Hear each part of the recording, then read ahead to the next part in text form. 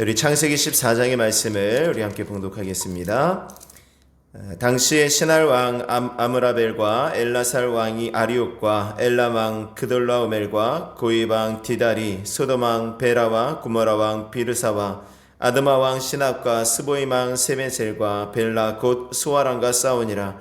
이들이 다 시딤 골짜기 곧 지금의 여매에 모였더라. 이들이 12년 동안 그돌라오멜을 섬기다가 제13년에 배반한지라. 제14년에 그돌라오멜과 그와 함께한 왕들이 나와서 아스드로 가르나임에서 르바 족속을, 함에서 수수 족속을, 사웨 기랴다임에서 엠 족속을 치고 호리 족속을 그 산 세일에서 쳐서 광야 근방 엘바란까지 이르렀으며, 그들이 돌이켜 엠미스밭 곧 가데스에 이르러 아말렉 족속의 온 땅과 하사손 다말에 사는 아모리 족속을 친지라. 소돔 왕과 구모라 왕과 아드마 왕과 스보임 왕과 벨라 왕 곧 수아랑이 나와서 시뜸 골짜기에서 그들과 전쟁을 하기 위하여 진을 쳤더니 엘람 왕 그돌라오멜과 고임 왕 디달과 시나랑 아므라벨과 엘라사라 왕 아리옥 네 왕이 곧 다섯 왕과 맞서니라. 시뜸 골짜기에는 역청 구덩이가 많은지라. 소돔 왕과 구모라 왕이 달아날 때에 그들이 거기에 빠지고 그 나머지는 산으로 도망하니 네 왕이 소돔과 구모라의 모든 재물과 양식을 빼앗아갔고 소돔에 거주하는 아브람의 조카 롯도 사로잡고 그 재물까지 노략하여 갔더라. 도망한 자가 와서 히브리 사람 아브람에게 알리니 그때에 아브람이 아모리 족속 마므레의 상수리 숲을 근처에 거주하였더라. 마므레는 에스골의 형제요 또 아넬의 형제라. 이들은 아브람과 동맹한 사람들이더라. 아브람이 그의 조카가 사로잡혔음을 듣고 집에서 길리고 훈련된 자 318명을 거느리고 단까지 쫓아가서 그와 그의 가신들이 나뉘어 밤에 그들을 쳐부수고 다메섹 왼편 후바까지 쫓아가 모든 빼앗겼던 재물과 자기의 조카 롯과 그의 재물과 또 부녀와 친척을 다 찾아왔더라.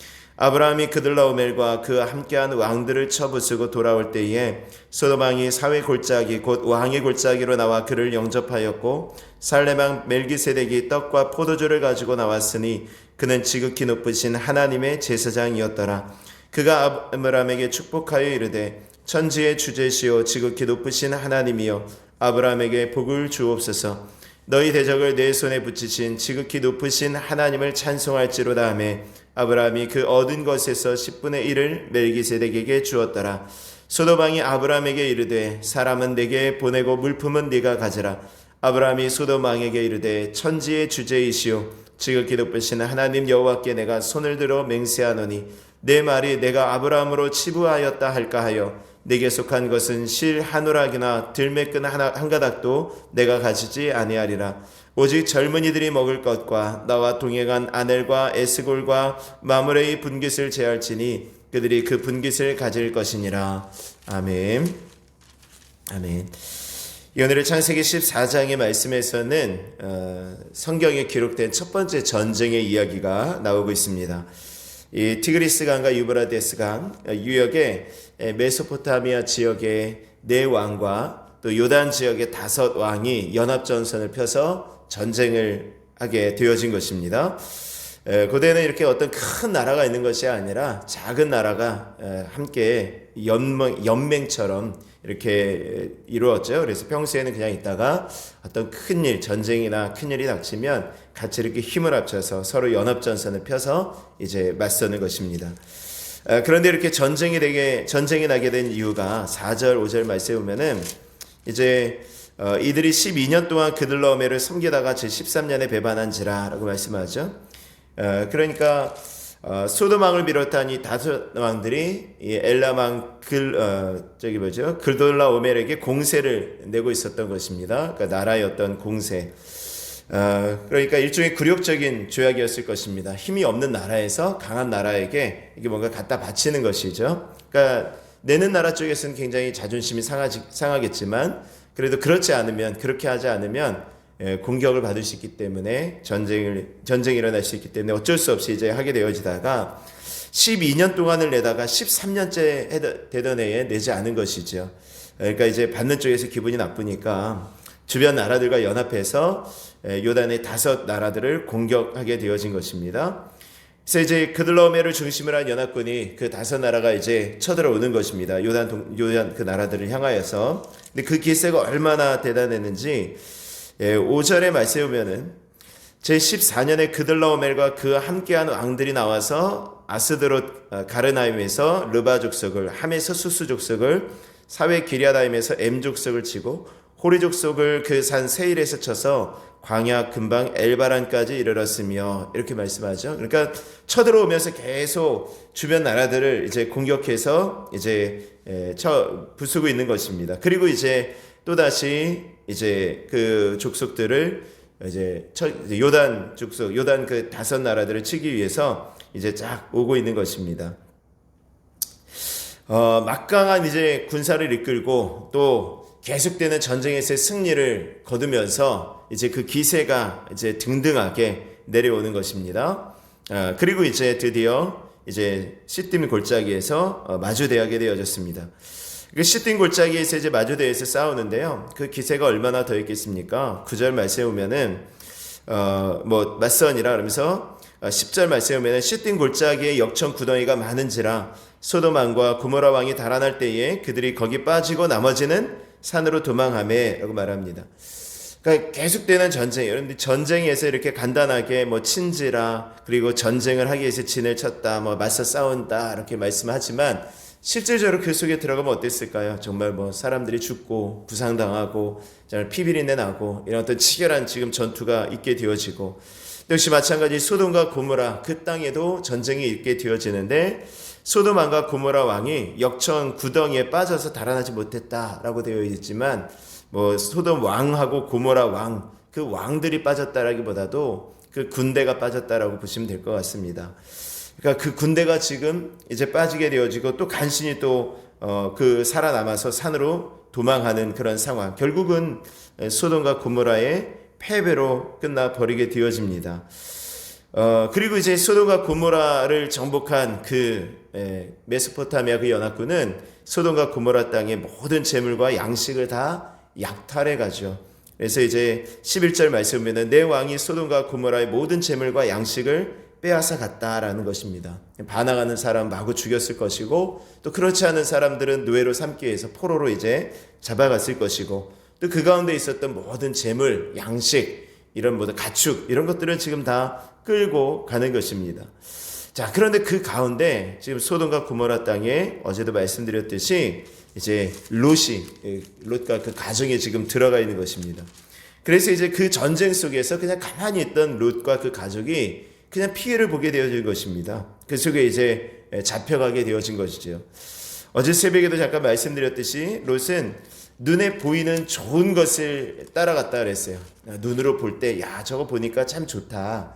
저거 하와가 마치 선악과를 보고 저거 보니까, 눈으로 보니까 먹음직도 하고 보암직도 하고 참 자기를 지혜롭게 할 만큼 탐스럽기도 한지라, 그래서 따먹는 것처럼 이 롯이 그 땅을 바라보니까, 야, 물도 흐르고 정말 여호와의 동산과 같고 애굽의 땅과 같은, 야, 저 땅 좋다 하고 갔다가 점점 소돔과 고모라 땅으로 지금 들어간 것 아니겠습니까?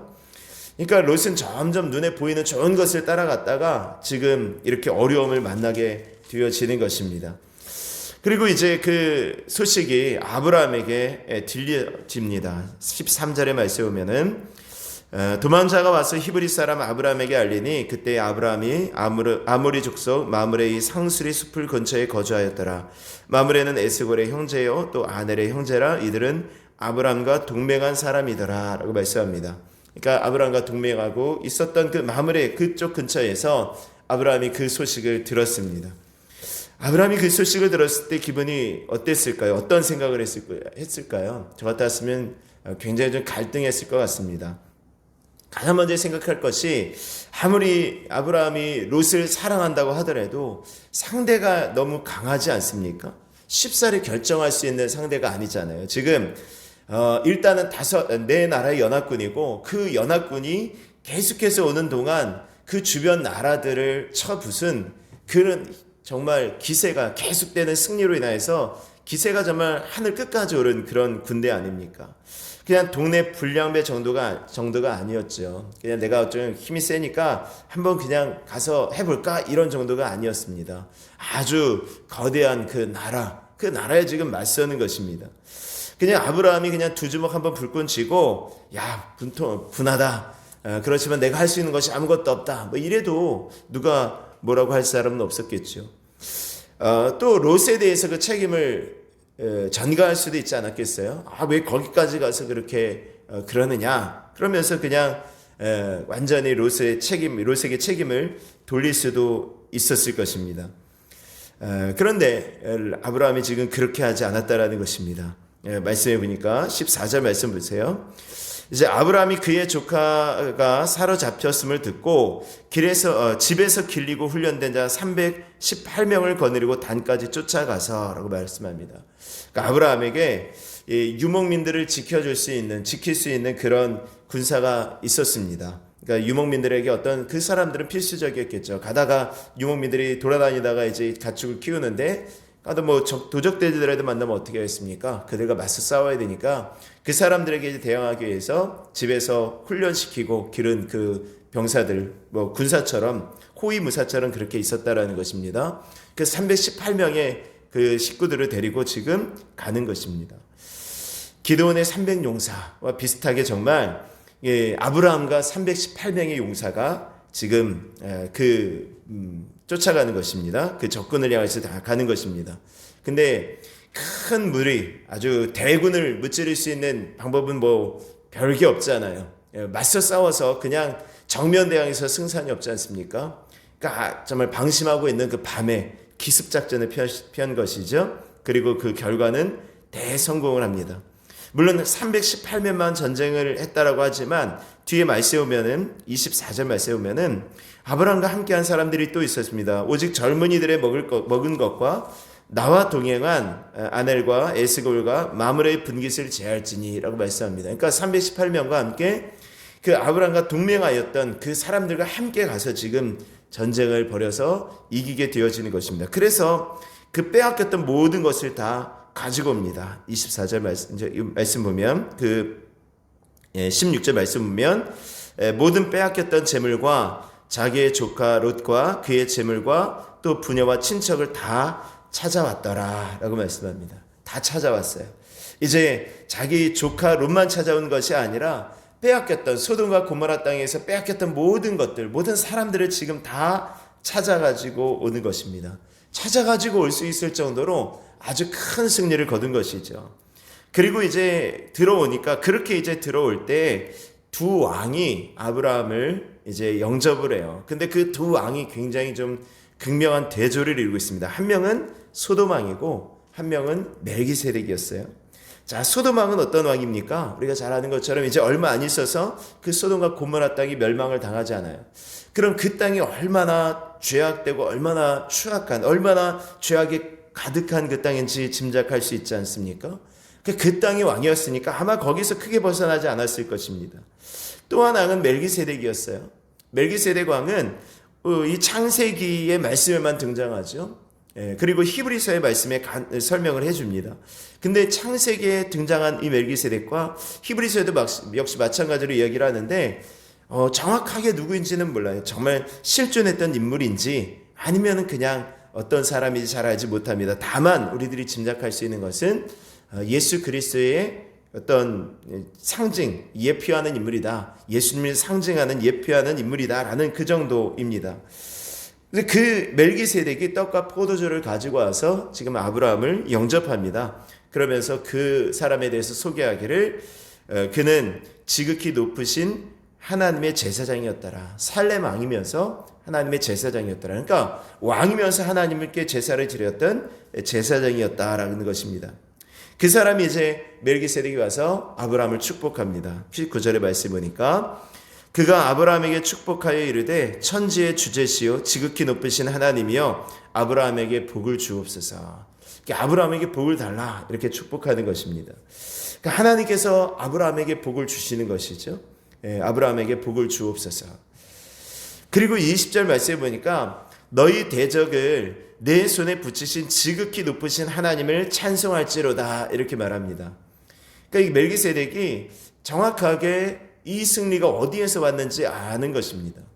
아브라함에게 다시 한번 상기시켜 주는 것이죠. 아브라함아, 네가 힘이 세서 네가 작전을 잘 펴서 지금 승리한 것이 아니다. 네 용맹한 군사 318명이 그렇게 용맹해서 아주 훌륭한 전사라서 그렇게 이 전쟁에서 승리한 것이 아니라 이 전쟁에서 승리한 것은 하나님께서 승리케 하셨다라는 것입니다. 우리의 모든 삶이 마찬가지죠.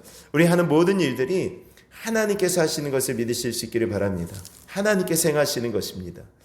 그러니까 아브라함이 그 얻은 것에서 10분의 1을 멜기세덱에게 줍니다. 어떤 면에 있어서 11조의 가장 최초의 11조를 지금 아브라함이 멜기세덱에게 주는데요. 이 멜기세덱이 누구라 그랬습니까? 살렘 왕이요 하나님의 제사장이라 그랬죠. 그러니까 제사장에게 11조를 주는 첫 번째였던 모습이 지금 나오고 있는 것이죠. 모든 얻은 것에서 10분의 1을 멜기세덱에게 줍니다. 자, 여기서 이제 그러고요. 또 두 번째 이제 소돔 왕이 나와서 아브라함에게 말하죠. 아브라함, 이제 사람은 내게 보내더라도 네가 취한 모든 재물은 다 네가 가지라라는 것입니다. 자, 여기서 이제 중요한 포인트가 나오죠. 롯과 아브라함의 차이가 나옵니다. 롯은 자기의 눈에 보이는 것을 좋은 대로 가는 거예요. 그냥 세상적으로 따라가는 것입니다. 여러분들 지금 아브라함에게 소돔 왕이 자, 네가 지금 빼앗은 것, 네가 지금 되찾은 것을 다 가져가라라는 것은요, 이거 어마어마한 것 아니겠습니까? 정말 그것만 가지고 있으면 정말 아주 엄청 거부가 되어질 수 있는 어떤 기회입니다. 근데 아브라함이 그것을 거절하죠. 왜죠? 눈에 보이는 것입니다. 이것이 지금 눈에 보이는 것은 이 많은 재물이지만 그 건너편에서 있을 그런 일들이 보이는 것이에요. 뭐라 그럽니까? 23절의 말씀에 보니까 내 말이 내가 아브라함으로 치부하게 하였다 할까 하여 내게 속한 것은 시로 한 오락이나 들매끈 한 가닥도 내가 가지지 아니하리라. 무슨 말입니까? 야, 네가 나를 부자로 만들었다라는 말을 네가 할까봐 나 그렇게 하지 않겠다라는 것입니다. 단호하게 거절하는 것입니다. 이것이 굉장히 좀 중요하죠. 사람이 했다라는 것, 사람이 아브라함을 그렇게 만들어 갔다라는 것을 아브라함이 거절하는 것입니다. 우리가 살다 보면 이런 불의한 어떤 일들, 이런 어떤 유혹을 받기 쉽습니다.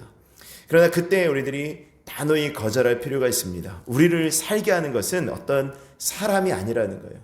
우리를 힘있게, 우리를 어떤 잘 되어지게 하고, 우리를 승리하게 하고, 우리 인생 가운데 우리의 모든 삶의 걸음을 인도하는 것은 주변의 어떤 사람이 아니라 하나님이시라는 것입니다. 아브라함에게 지금 그 믿음이 있었다라는 것입니다.